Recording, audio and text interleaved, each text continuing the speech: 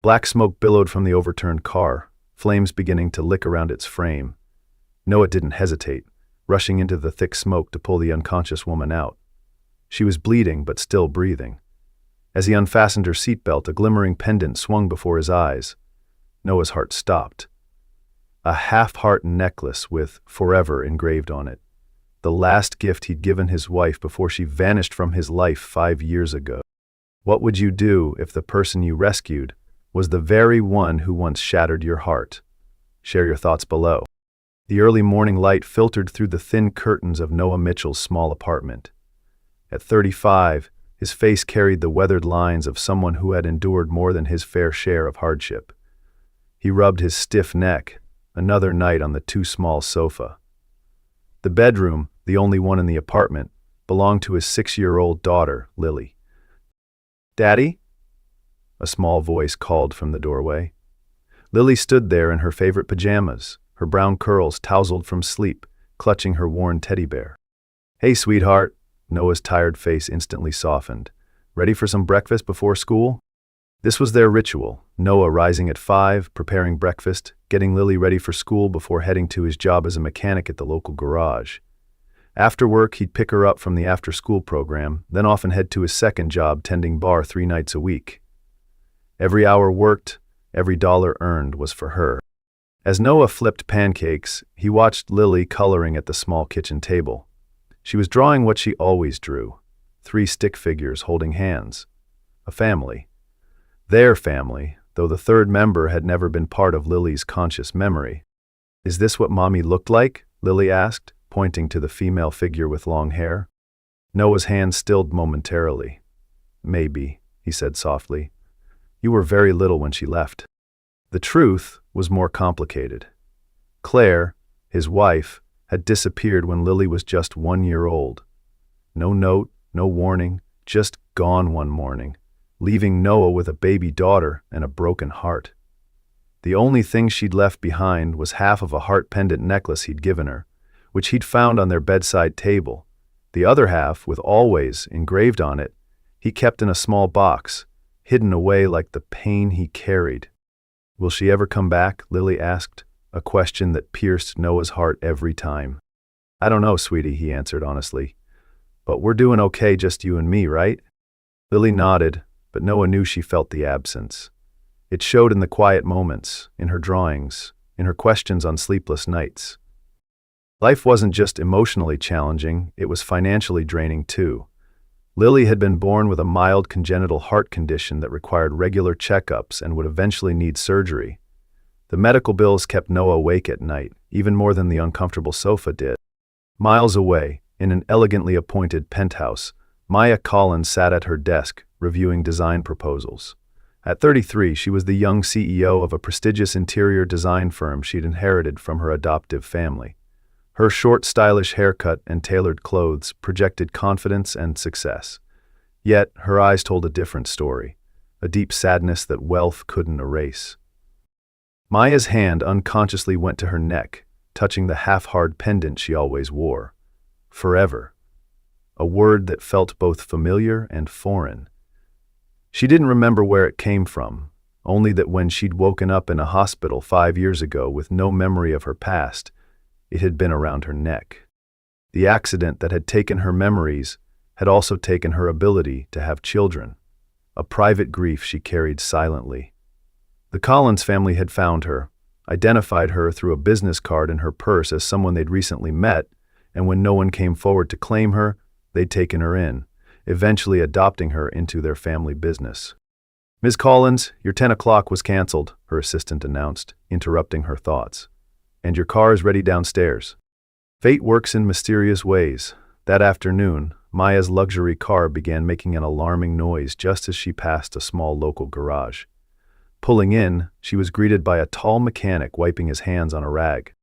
"Sounds like your timing belt," Noah said after listening to the engine. "I can fix it, but it'll take a couple of hours." Maya nodded, taking in the modest but tidy garage. "That's fine. Is there somewhere I can wait?" As Noah showed her to the small waiting area, a little girl burst through the door from the back office. "Daddy, Miss Peterson let us out early because—" Lily stopped, noticing the elegant stranger. Hello there, Maya smiled, feeling an inexplicable pull toward the child. This is my daughter, Lily, Noah explained. She comes here after school. Maya knelt down to Lily's level. I'm Maya. That's a beautiful drawing you're holding. Lily shyly held up her artwork, another family portrait. It's me and Daddy and… She trailed off. And an angel watching over you? Maya suggested gently. Lily's face brightened. Yes, do you want a candy? Daddy says I can have one after school. She offered Maya a small wrapped chocolate from her backpack. The simple gesture touched Maya deeply. As Noah worked on her car, she found herself chatting with Lily, helping her with homework, feeling a strange comfort in the child's presence. When Noah finished sooner than expected, Maya felt oddly disappointed to leave. Your garage does commercial work too, right? She asked, an idea forming. My company has a fleet of vehicles that need regular maintenance. Perhaps we could contract your services? Noah raised an eyebrow, suspicious of charity, but the potential income was too good to pass up. I'd need to see the vehicles first. Maya handed him her business card. Call me tomorrow, we'll arrange it. As she drove away, both Noah and Maya felt something they couldn't explain, a sense of familiarity, like a forgotten melody just beginning to play again. Over the next few weeks, Noah began servicing the Collins design vehicles regularly. The arrangement brought him to Maya's office often, and she found reasons to visit the garage.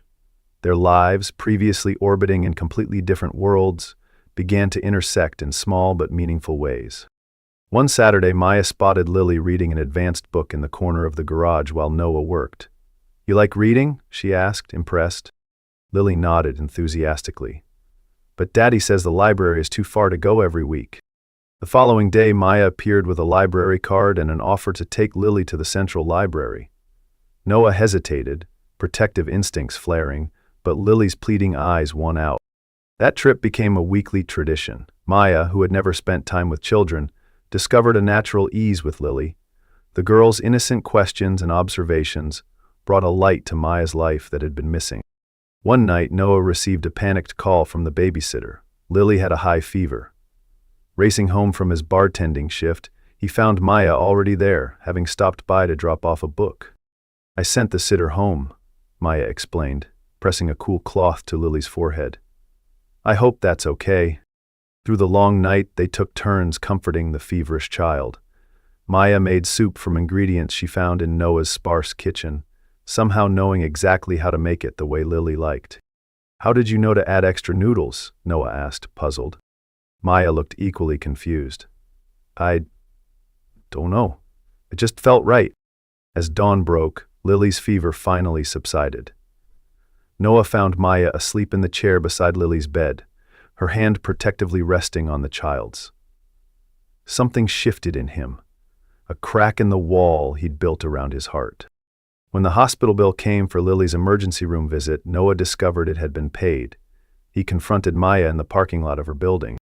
I don't need your charity, he said, voice tight with pride. It's not charity, Maya replied softly.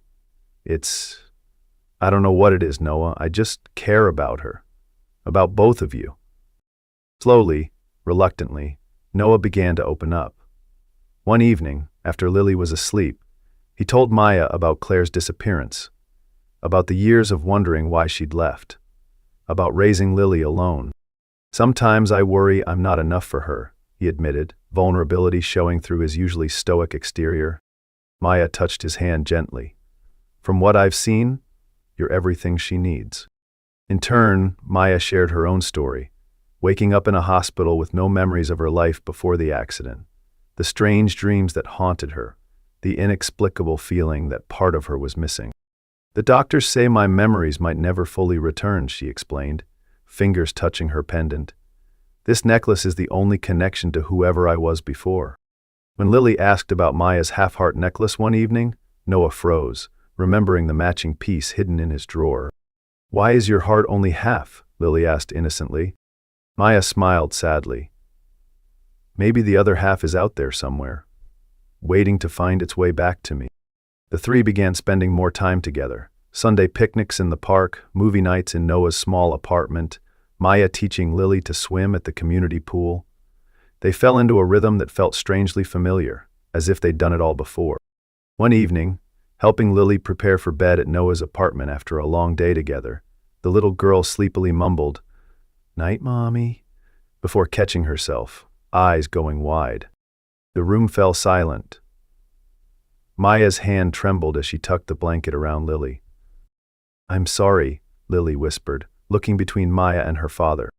"It's okay, sweetheart," Maya assured her, though her voice shook slightly. Later, when Lily was asleep, she found Noah on the balcony, staring into the night. "I should go," she said quietly. Noah turned, his expression unreadable. She's never called anyone that before. "I'm not trying to replace—" "I know," he interrupted. "That's what scares me." Yet despite the moment of tension, their bond continued to grow. Maya helped Noah renovate an old house she'd purchased, the three of them laughing as they painted walls together, ending up with more paint on themselves than the surfaces. Noah fixed things around Maya's penthouse, bringing warmth to the stylish but impersonal space. Lily flourished under the attention of both adults, her laughter filling spaces that had been silent for too long. Noah found himself smiling more, the weight he'd carried for years feeling lighter somehow. But happiness rarely comes without complications.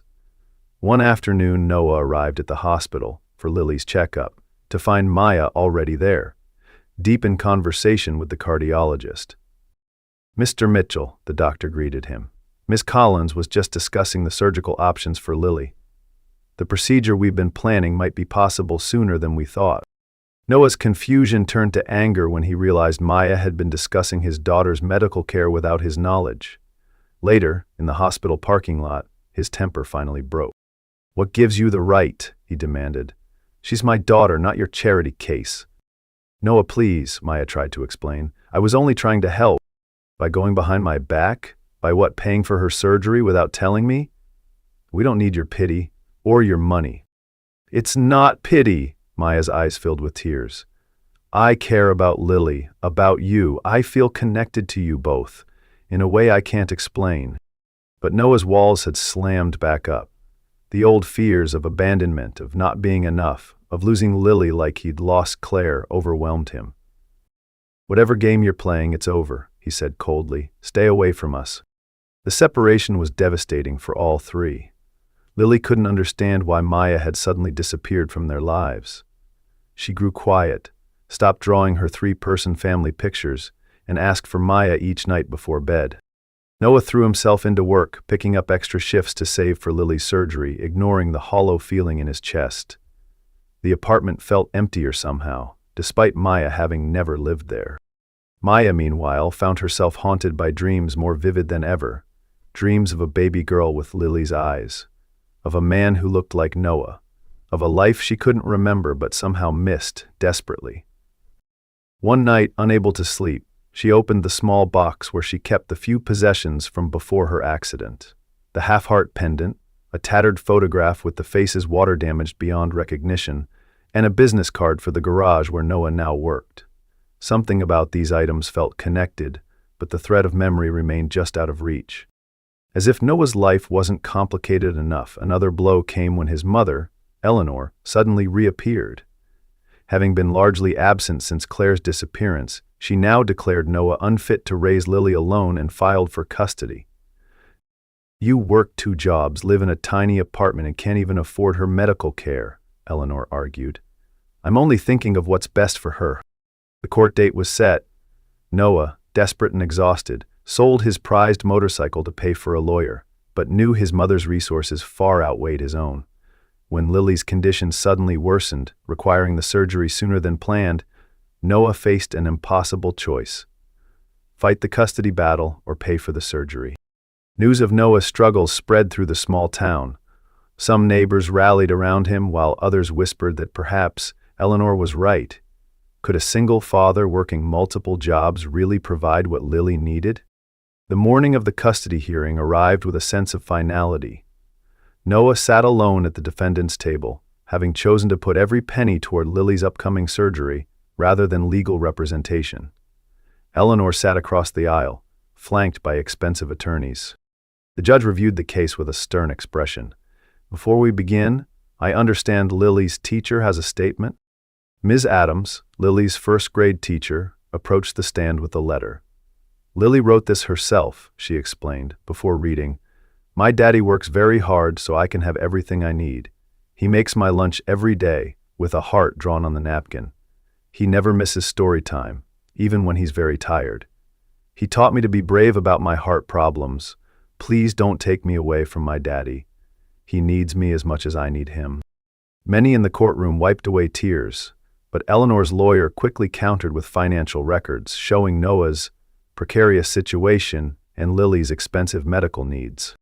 Your Honor, the lawyer argued, sentiment aside, the child's grandmother can provide financial stability and proper care that Mr. Mitchell simply cannot. Just as the judge began to speak, the courtroom doors opened.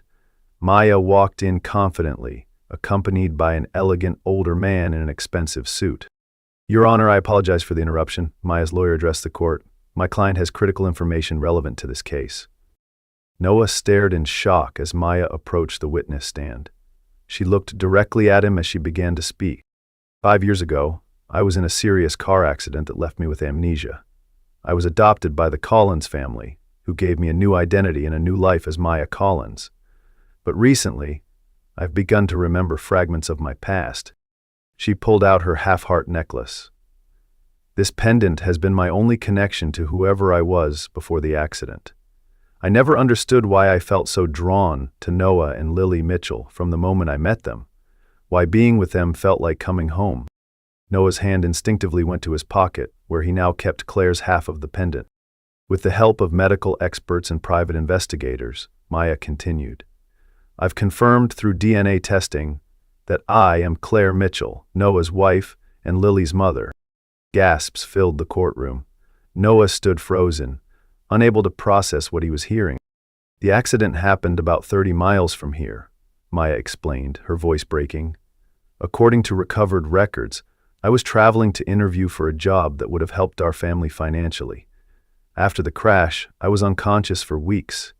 When I woke, I had no identification, no memory, nothing but this necklace. She turned to face Eleanor directly.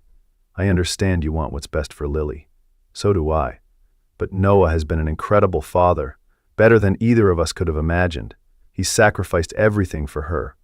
Taking Lily away from him would be a tragedy, not a solution.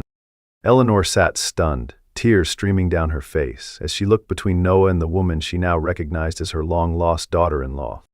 The judge called a recess. In a private conference room, medical experts confirmed Maya's claims with DNA evidence. Noah finally pulled out his half of the pendant, the always that completed Maya's forever. When they returned to the courtroom, Eleanor withdrew her petition for custody, embracing both Noah and Maya through tears. I just wanted to protect Lily, she sobbed. I never stopped searching for you, Claire, Maya, whoever you are now. The judge officially dismissed the case, declaring that Lily would remain with Noah, with Maya granted immediate visitation rights as her biological mother. The legal process to restore Claire's identity would begin immediately. Outside the courthouse, reporters clamored for the story of the miracle reunion, but Noah, Maya, and Eleanor slipped away quietly, Lily waiting anxiously at her grandmother's house. Telling Lily was both the hardest and most beautiful moment. Sitting together in Eleanor's living room, Noah gently explained that they had discovered something amazing. The mother Lily had always drawn in her pictures. The one she'd sensed was out there somewhere, had found her way back to them. Remember Maya's half-heart necklace you asked about? Noah said softly. It was part of a pair. He took out his half, holding it next to Maya's. Lily's eyes widened as the two pieces fit together perfectly. Does this mean you're my real mommy? She asked Maya, her voice small and hopeful. Maya knelt before her, tears streaming down her face. Yes, sweetheart, I'm your mother. I got hurt a long time ago and couldn't remember, but my heart never forgot you. That's why I felt so close to you from the first moment we met. Lily launched herself into Maya's arms and Noah watched, his own eyes wet, as his daughter embraced the mother she'd never known she'd lost.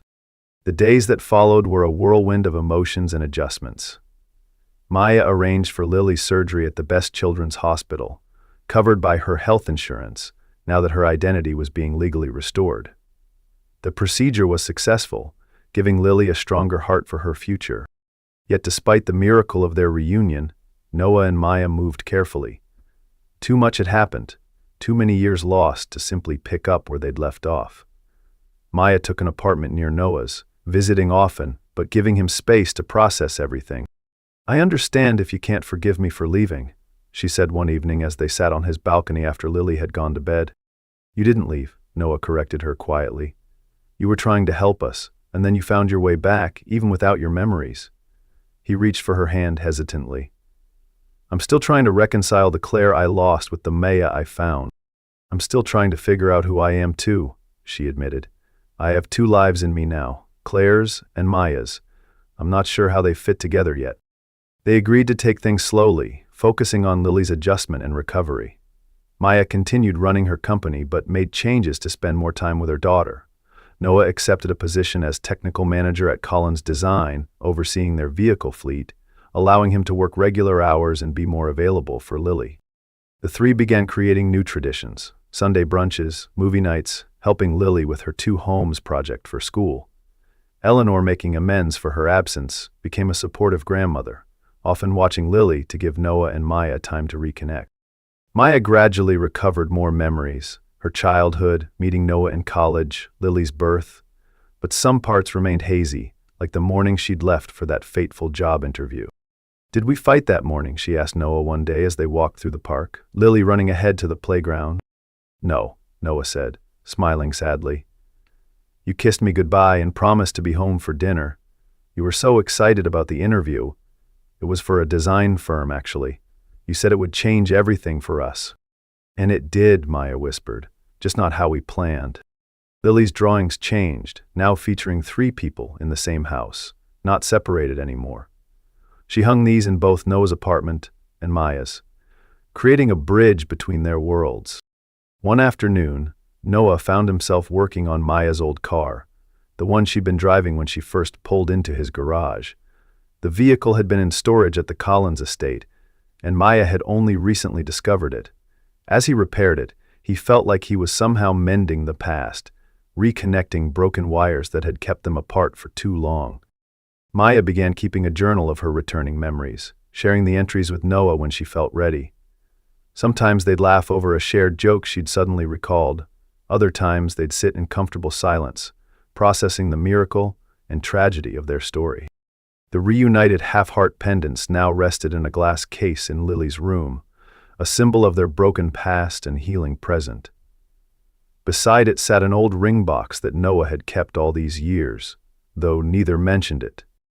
Summer turned to fall, and on a golden afternoon, the three of them visited the city park. Lily ran ahead to feed the ducks, while Noah and Maya sat on a bench beneath a maple tree shedding its crimson leaves. "I've been thinking," Maya said hesitantly. "The lease on my apartment is ending next month." Noah looked at her, his expression open but cautious. "And?" Before she could answer, Lily came running back, plopping herself between them on the bench. She looked up, her eyes moving from one parent to the other. "When are we going to live in one house like other families?" she asked innocently. Noah and Maya's eyes met over their daughter's head, unspoken words hanging between them like golden dust motes in the afternoon sunlight. The future stretched before them, uncertain, unwritten, but filled with possibility. If this healing journey touched your heart, please like this video, share this story, and subscribe to our channel to nurture faith in human connection and family bonds. Do you think Noah and Maya should start fresh or simply be allies in raising Lily? Share your thoughts below.